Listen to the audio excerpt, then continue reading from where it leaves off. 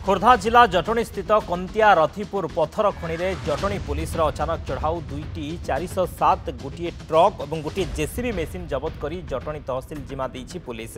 कंतिया दीर्घ दिन हेब बेआईन भाव पथर चोरा चालान चली आसुथिला एवं खनि विभाग और पुलिस प्रशासन नीरव दृष्टा साजिथिबा बेले शह शह ट्रक पथर चोरा चालान हेउथिला। पूर्व जिला प्रशासन बेआईन मोरम पथर बोझे ट्रक और ट्रैक्टर जबत करथिबा बेले खनि विभाग जरिमाना आदाय नक छाड़ी देथिबा अभियोग होइथिला। पथर माफिया उपरे तुरंत एक्शन नेबाकू स्थानीय लोके दाबी करथिले। जटणी थाना रे लिखित अभियोग पर जटणी पुलिस आज चढ़ाऊ करिछि। जटणी चारिपटू प्राय 50 रु 70 लेयर पत्थर ऑलरेडी काढ़ी लोक बिक्री कर सारी। समस्ते दैनिक देखुंत प्रत्येक दिन संध्या 8 रु पहांतिया 4:30 5टा पर्यंत मांकड़ा पत्थर सप्लाई होउछि।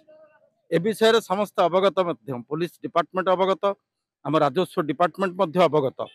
चलतु तहसिल प्रत्येक कर्मचारी के पचारे से कह हम पत्थर कौन मिलनी सांगे सांगे कहले सांगे सांगे फोन करदे पत्थर मिल।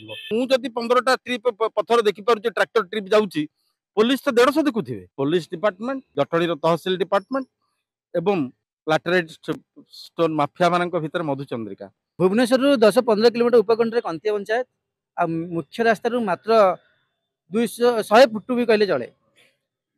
किंतु ये एत जराजीर्ण अवस्था अच्छी खनि माफिया मान उपद्रव आउ से मुंडिया मुंडिया है कि ना से समतल अवस्था पलटि आगु जहाँ थिला खनि बर्तमान 3 गुणा है। मरम चला चलान बहुत आगू बढ़ी। तो या परिप्रेक्षी प्रशासन पदक्षेप कौटी अच्छी।